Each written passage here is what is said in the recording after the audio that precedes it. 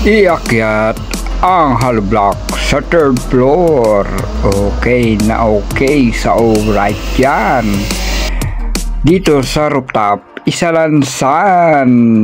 Ayan. Atin pong iniakyat dito sa third floor ng rooftop ang hollow block. Siyempre, pagkatapos iakyat ang hollow block sa rooftop, ibaba naman natin sa ground floor.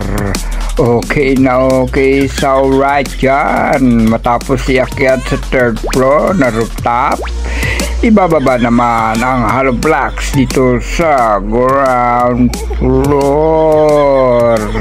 Okay na okay sa alright. Exercise na exercise. Yung una galing baba, itaas sa third floor. Ngayon naman galing sa taas, ibababa, dadalhin sa ground floor. Yun. Okay na okay sa alright yan. Kita naman natin. Ngayon naman galing sa third floor, ibababa sa ground floor. Okay na okay sa alright. Dito pala ako sa second floor. Ayan, nilapag natin yung cellphone. Okay na okay, gumagalaw ang cellphone. No? Dahan-dahan biglaan. Ayun, tumutok na sa kesame. Natumba ang cellphone.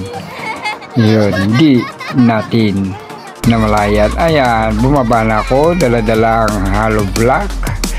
Hindi ko rin napansin na natumbang cellphone at aking itong nalampasan. Okay na okay sa alright guys. Ayun, nakatutok sa kawalan sa kesame na hindi pa pala tapos.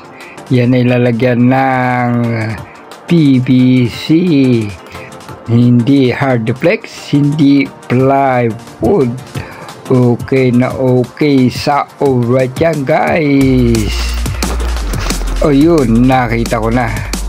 Okay, napansin ko na natumba pala. Ayusin natin. Ayan, okay na okay sa alright. Akyat ulit, hakot ulit ng hollow blocks pababa dito sa ground floor. Okay na okay sa alright guys. Ayan, maya maya makikita ninyo dyan, makikita nyo dyan, bababa ang may dala ng hollow block. Okay na okay sa alright. Ayan na. Oh, kita nyo? Kita nyo yan? Okay, dahan-dahan tayo sa hagdan ng bakal. Medyo makipot ng konti. Ayan, ganito dapat yung kanina. Kaso ang problema, bumagsak, tumutok sa kesame.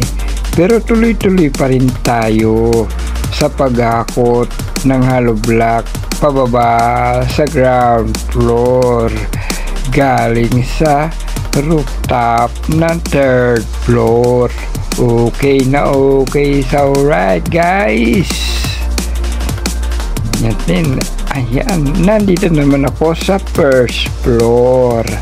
Ayan, okay na okay sa alright na alright guys. Ayan, eto na. Oh, ayan, nakakot ko na yung hollow block galing sa taas, pababa naman ngayon. Okay na okay sa alright. Okay, tamang exercise.